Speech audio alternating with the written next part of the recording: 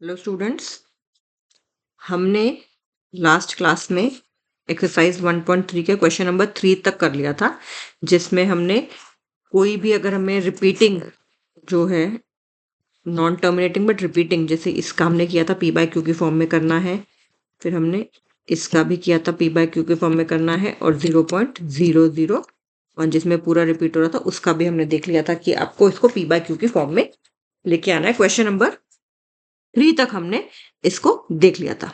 अब हम आगे चलते हैं क्वेश्चन नंबर 4 पर। क्वेश्चन नंबर 4 क्या कहता है? कहते हैं कि एक्सप्रेस करना है आपने किसको, 0.9999 एंड सो ऑन को इन दी फॉर्म किसमें, पी बाय क्यू, जहां पे पी एंड क्यू क्या है, इंटीजर्स है, क्यू नॉट इक्वल टू 0 है। और उन्होंने बोला है फिर जब आपका आंसर जो आएगा you will be surprise to see that answer. तो चलो देखते हैं क्या आता है आंसर। क्या बताया था, जिस भी नंबर को हमें पी बाय क्यू की फॉर्म में करना है इसको हम क्या मान लेंगे, एक्स मान लेंगे। 0.9 बार को यानी कि हमने एक्स मान लिया, यानी कि 0.999 को हमने क्या मान लिया, एक्स मान लिया, राइट। हमने जो जिसको हमें प्रूव करना है हमने उसको एक्स मान लिया। ओके, अब इसको इक्वेशन नंबर 1 नाम दे दिया। ये हम कई सारे क्वेश्चन कर चुके हैं तो कोई दिक्कत नहीं है। एक ही डिजिट रिपीटिंग है, मेरा पर्पस क्या है कि डेसिमल के बाद हर एक में सेम आ जाए डिजिट्स। सिंपली 10 से मल्टीप्लाई करूंगी तो एक प्लेस डेसिमल का शिफ्ट हो जाएगा, तो ये क्या आ जाएगा, 9.9999 सो ऑन। ये क्वेश्चन नंबर क्या हो गई, 2 हो गई। जिसको प्रूव करना था उसको एक्स मान लिया, फिर उसको डिपेंडिंग ऑन कि कितना हमें हमारा पर्पस क्या है, डेसिमल के बाद सेम आ जाए, तो हमने उसके हिसाब से देख लिया कि किससे मल्टीप्लाई करना है। बस अब दोनों में डेसिमल के बाद सेम आ गया। 2 इक्वेशन ऐसी मिल जाए जिसमें डेसिमल के बाद सेम आ जाए। बस अब क्या है, सब्ट्रैक्टिंग। किसको सब्ट्रैक्ट करेंगे किस में से, subtracting equation 1 from equation 2। Equation 1 में से इक्वेशन 2 में से इक्वेशन 1 को सब्ट्रैक्ट कर देते हैं। Subtracting equation 1 from equation 2। तो इक्वेशन 1 हमारी ये है, इक्वेशन 2 ये है। तो लेफ्ट हैंड में से लेफ्ट हैंड, राइट हैंड में से राइट हैंड। तो इसकी लेफ्ट हैंड है 10x माइनस पहली इक्वेशन की लेफ्ट हैंड है x, इसकी राइट हैंड है 9.9999 एंड सो ऑन, माइनस इसकी राइट हैंड है 0.9999 एंड सो ऑन। 10x में से x गए 9x, 9.999 में से 0.999 गए, तो देखो डेसिमल के बाद तो सेम है तो वो तो कट गया, तो सिंपली 9 माइनस 0 बचा, 9 माइनस 0 विच इज 9। तो क्या आ गया 9। तो इससे क्या पता चल रहा है, x कितना आ गया, 9/9 इज इक्वल टू 1। इसीलिए वो कह रहे थे कि क्या आप अपने आंसर से सरप्राइज हुए कि 0.999999 इसके क्या आ रहा है पी बाय क्यू की फॉर्म में, वो 1 आ रहा है। ये सब आप बड़े क्लासेस में देखोगे कि जब कोई इतना ज्यादा वो नंबर है कि अब ये बिल्कुल नॉन टर्मिनेटिंग है बट रिपीटिंग है, 99.99999999 चलता जाएगा, तो it is going towards 1, it is tending to 1। तो ये सब, तो इसका आंसर जो है, इसीलिए वो कह रहे थे कि क्या आप सरप्राइज हैं कि इसका आंसर जो है वो क्या आया है। That's why they were asking this. Okay, अब हम चलते हैं, ये था क्वेश्चन नंबर 4। अब हम चलते हैं क्वेश्चन नंबर 5 पर। क्वेश्चन नंबर 5 में कह रहे हैं कि कितने नंबर ऑफ डिजिट्स का जो ब्लॉक, कितने डिजिट्स का ब्लॉक जो है वो रिपीट होगा किसमें, 1/17 की डेसिमल एक्सपेंशन में। एंड फिर पहले तो उन्होंने हमसे पूछा कि कितना होगा, कितने डिजिट्स जो है रिपीट कर सकते हैं उस ब्लॉक में। फिर उन्होंने पूछा कि डिवीजन भी करो अपना आंसर चेक करने के लिए।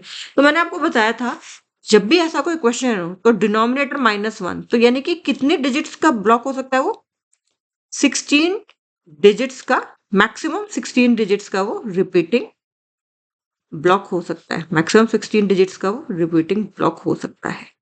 ओके, लेकिन अब उन्होंने क्या बोल दिया, उन्होंने बोल दिया डिवाइड भी करके अपना वेरीफाई करो आंसर।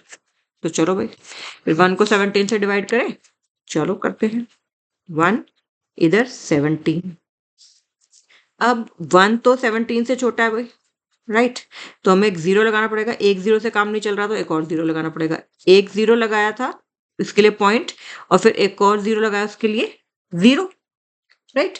अब 17 के टेबल में 100 तो आता नहीं है, तो 100 से छोटा क्या नंबर आ जाएगा, 17 5 85, 17 6 102 होता है, तो 17 5 85।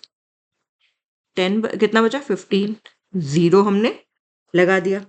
अब किस पे जाएगा 136, कितने पे आता है 17 की टेबल में 136, 17 8 पे आता है 136, कितना बचा 10 में से 6 गए 4 और ये 1, फिर से 136 पे चला जाएगा 8 पे दोबारा 4 बचा, 17 टू द 34, कितना बचा, थोड़ा सा इधर और उधर कर लेती हूँ ताकि दिक्कत ना हो पाए, एक स्टेप के बाद उधर कर लेंगे, ठीक है। कितना बचा ये 10 में से 4 गए 6, 10 में से 4 गए 6, तो अब हम एक 0 हमने उतार लिया, 17 3 जा 51 हो जाएगा ये, 17 3 जा 51, 9 बचेगा 0। अब फिर से 17 पे किस पे जाएगा ये 17 5 जा 85, यहाँ पे लिख रही हूँ मैं, ये मतलब ये 90 भी उधर उतार लेती हूँ, ठीक है 85, तो ये 5 बचा। अभी किस पे जाएगा 17 3 जा 51 होता है तो उस पर तो जाएगा नहीं, तो 17 2 जा 34, 10 में से 4 गए 6, 4 में से 3 गए 1, तो आ गया कितना ये 160 आ गया। अब किस पे जाएगा ये 153, जो कि किस पे आता है 9 पे आता है, 17 9 जा 153, कितना बचा 7, एक 0 उतार लिया, 17 4 जा 68, कितना बचा 2 0 बच गया, ठीक है 17 1 जा 17, कितना बच गया 3, एक 0, फिर से 17 1 जा 17, क्योंकि 17 2 जा तो 34 होता है, 10 में से 7 गए 3, 2 में से 1 गए 1, तो आ गया ये कितना 130। अब ये किस पे जाएगा फिर से 17 7 जा 119, तो यहाँ क्या आ गया 7, ये आ गया 7, कितना बचा 10 में से 9 गए 1 1 0 आ गया ये। अब किस पे जाएगा 17 6 जा, यहाँ पे लिख रही हूँ मैं अगले डिजिट जो है, ये पूरा डिजिट एक साथ है ये, ठीक है 17 6 जा 102, अब कितना आ गया 8 बचा, 17 4 जा 68, कितना बचा 12 120, अब किस पे जाएगा फिर से 17 7 जा 117, कितना बचा 3 0, अब 17 1 जा 17, फिर से कितना बचा 30 में से 17 गए तो 13। अब देखो अब ये रिपीट करने लग गया है, ठीक है अब ये चीज जो है वो रिपीट कर रही है 1 से, राइट।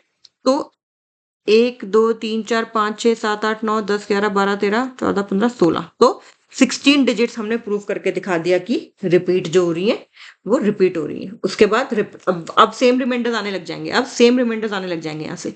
तो इस तरह के क्वेश्चन आते नहीं है, वो अंडरस्टैंडिंग के लिए आपसे पूछे जाते हैं कि भाई ऐसा क्यों हो रहा है। तो पहले तो उन्होंने हमने बताया था जितना डिनोमिनेटर उससे एक कम उतना ही मैक्सिमम डिजिट्स रिपीट कर सकती है, फिर उन्होंने बोला डिवाइड करके भी दिखाओ, तो वो भी हमने दिखा दिया। इट्स वेरी सिंपल क्वेश्चन, और इस तरह के क्वेश्चन थोड़े कम ही आते हैं, बट अंडरस्टैंडिंग के लिए जरूरी है। क्वेश्चन नंबर 6 में कहते हैं, क्वेश्चन नंबर 6 में कहते हैं कि क्या आप कोई ऐसे एग्जांपल दे सकते हो पी बाय क्यू के, कोई ऐसे एग्जांपल दे सकते हो पी बाय क्यू के जहाँ पे पी एंड क्यू इंटीजर है, p not equal to q not equal to 0 and उनका कोई कॉमन फैक्टर ना हो, यानी कि वो कोप्राइम, पी और क्यू में कोई कॉमन फैक्टर ना हो अदर देन 1, और यानी कि वो कोप्राइम हो, और उनका जो फाइनली जो आंसर आ रहा है ना वो ये चाह रहे हैं हमसे क्या, कि वो टर्मिनेटिंग डेसिमल हो, वो क्या हो टर्मिनेटिंग डेसिमल हो। तो आप हमें कहते हैं ऐसे एग्जांपल्स बता दो, ऐसे एग्जांपल्स बता दो पी बाय क्यू की फॉर्म में जिनके टर्मिनेटिंग डेसिमल रिप्रेजेंटेशन दे, टर्मिनेटिंग डेसिमल एक्सपेंशन दो। और फिर कहते हैं कि फिर हमें ये भी बताओ अपने एग्जांपल देने के बाद कि जो डिनोमिनेटर है क्यू वो ऐसी कौन सी प्रॉपर्टी सेटिस्फाई करे, क्यू ऐसी कौन सी प्रॉपर्टी सेटिस्फाई करे कि हमें पता चल जाए कि ये टर्मिनेटिंग डेसिमल एक्सपेंशन के लिए जरूरी है। तो बहुत ध्यान से देखना, ये बहुत अच्छा क्वेश्चन है और इसकी एक एप्लीकेशन 10th क्लास के पहले चैप्टर में भी आती है। तो सबसे पहली बात तो टर्मिनेटिंग के लिए देखो, मैं सबसे सिंपल क्या कर सकती हूँ टर्मिनेटिंग के लिए, टर्मिनेटिंग के लिए मैं सबसे सिंपल क्या कर सकती हूँ, जैसे मैंने बना दिया, सपोज करो 2/5 बना दिया, इसकी वैल्यू कितनी आती है 0.4 आ जाएगी, टर्मिनेटिंग है, ठीक है। या मैंने कर दिया मान लो 1/2, कितनी आ जाएगी वैल्यू? 0.5। उन्होंने दो तीन एग्जाम्पल देने को बोला, तो 1/100 कर दो, कितना आ गया? 0.01। 1/1000 कर दो, इजी वाले देने हैं तो, है ना? 0.001। ठीक है, तो ये पहले तो उन्होंने हमसे बोला क्या कोई आप एग्जाम्पल दे सकते हो?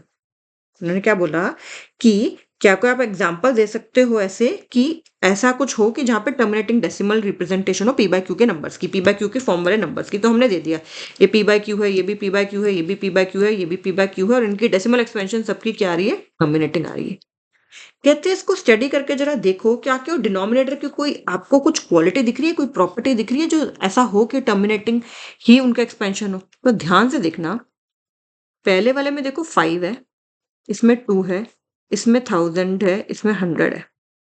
ध्यान से देखो, वैसे भी आपको पता है कि अगर 2 हो डिनोमिनेटर में और 5 हो, ठीक है, चाहे 2 हो चाहे 5 हो, तो डिनोमिनेटर बेसिकली 10 हो गया, तो ऊपर आपका हमेशा टर्मिनेटिंग आ ही गया। तो ये एक बहुत इंपॉर्टेंट प्रॉपर्टी है कि अगर डिनोमिनेटर में 2 हो या 5 हो, तो वो टर्मिनेट कर जाता है। देखो आपने देखा भी था, 1/3 को करके देखा था आपने, 1/3 को किया था, तो उसको डिवाइड करते जाओगे, 1/3 को जब आप डिवाइड करोगे तो क्या रहता? 3 3 जा 9, फिर 3 3 जा 9, फिर बच रहा था 1, 3 3 जा 9, फिर से वही 3 3 जा 9 एंड सो ऑन। तो जब डिनोमिनेटर में 3 आ रहा है, डिनोमिनेटर में 7 आ रहा है, डिनोमिनेटर में सपोज करो 6 आ रहा है क्योंकि उसमें 3 भी है, तो वो generally non terminating but repeating होंगे। लेकिन अगर डिनोमिनेटर के क्यू की क्या प्रॉपर्टी होगी कि उसमें 2 हो और उसमें क्या हो? 5 हो। क्या हो?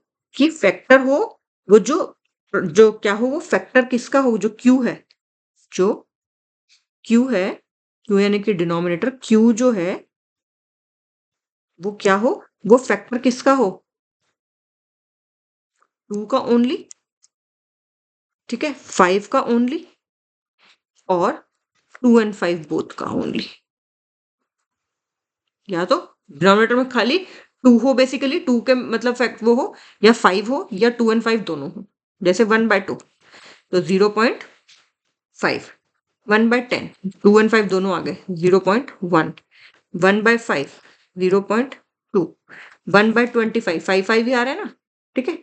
तो इसमें क्या कर देंगे, इसको 4 से मल्टीप्लाई कर देते हैं, 4 से, तो ये कितना आ जाएगा? 4/100, 0.4 आ जाएगा इसका आंसर 1/25 का।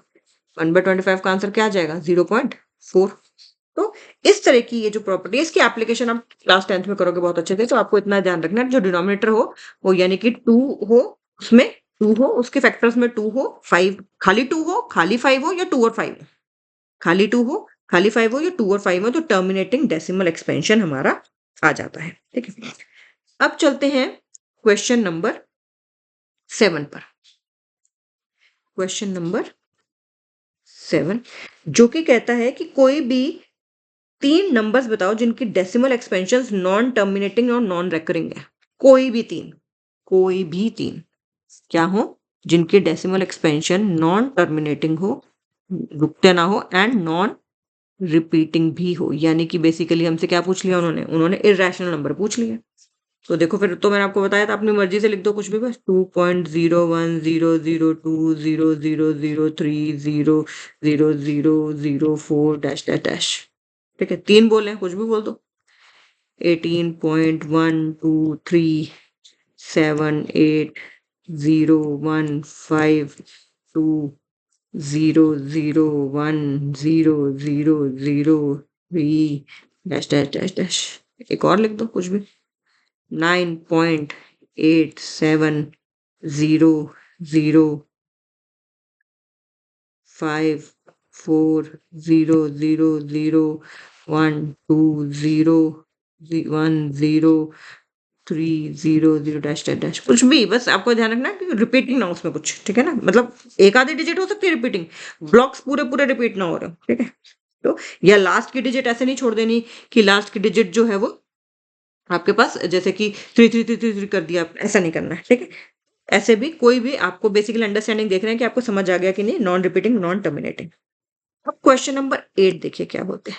क्वेश्चन नंबर 8 में आपने उन्होंने स्पेसिफाई कर दिया कि इन दोनों रैशनल नंबर्स के बीच में 3 हमें इरेशनल बताओ, 5/7 और 9/11। दो रैशनल नंबर दे दिए पी बाय क्यू की फॉर्म में और बोला इन दोनों के बीच में क्या फाइंड कर दो, तीन इर्रेशनल। इर्रेशनल में पता है कौन से होते हैं, नॉन रिपीटिंग नॉन टर्मिनेटिंग। तो हमें पहले इनकी क्या निकालनी पड़ेगी, पहले इनकी डेसिमल एक्सपेंशन निकालनी पड़ेगी भाई, है ना। पहले इनकी क्या निकालनी पड़ेगी हमें, डेसिमल एक्सपेंशन। तो पहले 5 को कर देते हैं 7 से डिवाइड, फिर 9 को कर देंगे 11 से डिवाइड। तो लेट अस डिवाइड 5 बाय 7, 5 और ये 7। नंबर छोटा है इसलिए यहाँ डेसिमल लग जाएगा। 7 7 जा 49, 1 बचा, 7 1 जा 7, 3 बचा, 7 4 जा 28, 2 बचा, 7 2 जा 14, कितना बचा 6, 6 and 0 7 8 जा 56। अब थोड़ा यहाँ इस तरफ करके लिख रही हूँ, 7 5 जा 35, आ गया 5 वापस, ये 5 वापस आ गया जो ओरिजिनल था। अब देखो रिपीट करेगा, 7 7 जा 49, 7 1 जा 7। तो अब रिपीट करने लगे, यानी कि हमारा ये है ब्लॉक। तो यानी कि 5 बाय 7 की वैल्यू कितनी आ गई, 0.714285, ये आ गया जो कि रिपीट करें 714285। और दूसरा नंबर क्या है, 9 बाय 11। दूसरा नंबर क्या है, 9 बाय 11। इसके तो बहुत ही छोटा सा ही समझ आ रहा है कि छोटा सा ही आ जाएगा इसका। तो 9 बाय 11, 0 लगाया, 11 8 जा 88, 2 बचा, 11 1 जा 11, फिर से 9 आ गया। तो इसकी डेसिमल एक्सपेंशन क्या आ जाएगी, 9 बाय 11 की, देखो 90 आ गया ना दोबारा से, फिर से 8 पे जाएगा ये 88, फिर से 20 बचा, फिर से 1 आएगा, फिर से 1 आ जाएगा, 8 1 8 1, ठीक है। तो इसका क्या आ गया, 0.81 बार। तो अब हमें इनके बीच में, किनके बीच में, जो हमने ये नंबर्स जो डेसिमल एक्सपेंशन निकाली, हमें यही बोला था ना 5 बाय 7 और 9 बाय 11 के बीच में 3 इर्रेशनल नंबर चाहिए। 3 इर्रेशनल का मतलब क्या होता है, non terminating non repeating. Irrational का मतलब नॉन टर्मिनेटिंग नॉन रिपीटिंग। तो बस जो भी हमने पिछले क्वेश्चन में तो रैंडमली कोई भी कर देते थे, इसमें इन्होंने बोला इनके बीच में होना चाहिए। इसमें क्या बोला, इनके बीच में होना चाहिए। तो अब इसके बीच में और इसके बीच में, यानी कि 0.7 समथिंग के बीच और 0.8 समथिंग के बीच में आपको नॉन टर्मिनेटिंग नॉन रिपीटिंग करना है। तो कर दो भाई, कोई भी कर दो।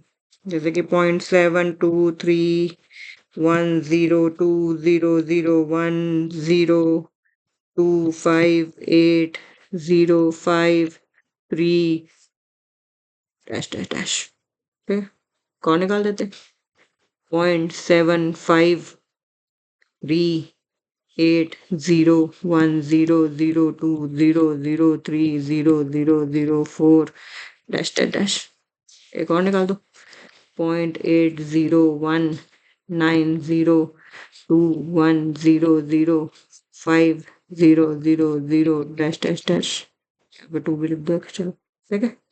तो अपनी मर्जी से इनफाइनाइटली मैनी होंगे ऐसे, कितने होंगे ऐसे, कोई भी दो रैशनल के बीच में इनफाइनाइटली मैनी रैशनल और इनफाइनाइटली मैनी इर्रेशनल नंबर्स होते हैं, ठीक है।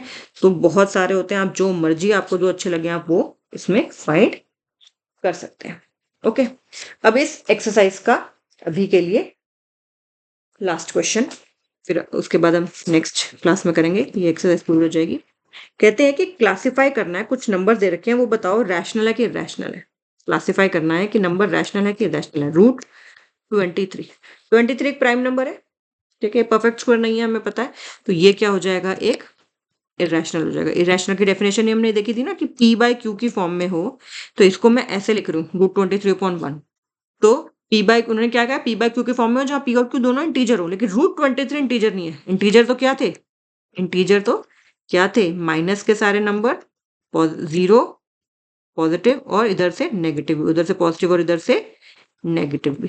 तो ये √23 तो इस z के सेट में नहीं आता ना, इंटीजर के सेट में। तो यानी कि ये p बाय क्यू नहीं है, ये p बाय क्यू नहीं है, और ये होल स्क्वायर भी नहीं है किसी का, कि ऐसे जैसे √25 होता, अगर यहाँ पे मान लो √25 होता तो मैं उसको लिख सकती थी +-5, ठीक है, जो कि रैशनल नंबर होता, p बाय क्यू फॉर्म में है, जहाँ पे दोनों इंटीजर है, क्यू नॉट इक्वल टू 0 है।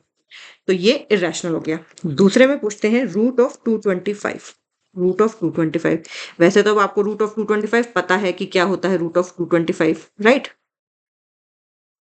लेकिन 15 का होता है, लेकिन चलो करके दिखा देते हैं। 5 4 जा, 5 5 जा, 5 9 जा, 3 3 जा, 3 1 जा। तो यानी कि रूट 225 को हम क्या लिख सकते हैं? रूट ऑफ 225 को हमने क्या लिख दिया? Root of 5 into 5 into 3 into 3। तो अगर इसका पेयर बाहर निकाल लेंगे तो ये 5 इंटू 3 आ गया, यानी कि 15। और वैसे भी आपको पता है 15 का ही स्क्वायर होता है 225। तो ये तो क्या है? ये तो 15/1 है। तो ये कैसा नंबर है? ये तो रैशनल है, क्योंकि p बाय q की फॉर्म में, अगर p and q are integer then q is not equal to 0। तो ये कैसा नंबर है? ये एक रैशनल नंबर है। बहुत इजी क्वेश्चन है, बहुत ही। अगला क्वेश्चन में बोलते हैं थर्ड पार्ट में 0.3796 क्यों रैशनल है? इट इज अ, क्या बोलोगे? It is a terminating, this number has a terminating decimal expansion. This number has a, this number has a terminating decimal expansion, therefore क्या होगा ये? It is a rational number. तो ये क्या हो जाएगा? ये एक रैशनल नंबर हो जाएगा, क्योंकि मैं पता है रैशनल नंबर क्या होते हैं। दो एक्सपेंशन हो सकते हैं उनकी, या तो टर्मिनेटिंग डेसिमल एक्सपेंशन हो या non terminating but repeating. Non terminating but repeating. तो ये क्या हो गया? एक रैशनल नंबर हो गया। अगले पार्ट में बोलते हैं 7 पॉइंट, हो सकता है मैं कुछ पॉइंट मिस भी कर रही हूँ, क्योंकि थोड़ा सा बुक जो 7.48 7.47, एक minute, let me correct it. 7.478478 and so on, dash dash dash उन्होंने इसमें वो कर रखा है। तो ये भी हम क्या कहेंगे? ये क्या है? रिपीटिंग है, ठीक है। नॉन टर्मिनेटिंग है बट रिपीटिंग है। तो इसमें भी क्या लिखेंगे? Since it has a non terminating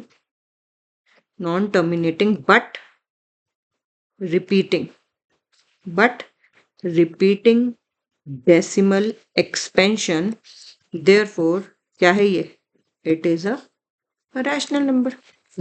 non terminating है बट रिपीटिंग है, तो ये भी क्या हुआ? ये एक रैशनल नंबर हुआ। अगले क्वेश्चन में बोलते हैं फिफ्थ पार्ट में। अब इसमें ध्यान से देखो, उसमें कहते हैं 1.101000100001 एंड डैश डैश डैश। अब देखो, कभी 1 0, फिर 2 0, फिर 3 0, फिर 4 0, पैटर्न बन रहा है। पैटर्न को नहीं देखना हमने, हमें देखना ब्लॉक रिपीट हो रहा है कि नहीं। तो अब इसमें क्या कहेंगे? ये क्या है? ये since it is since it is non it is since it is non terminating, non repeating, तो ये क्या हो गया? ये एक irrational number हो गया, ठीक है। This finishes your exercise and do subscribe to the channel and share it with your friends. Okay, take care, bye.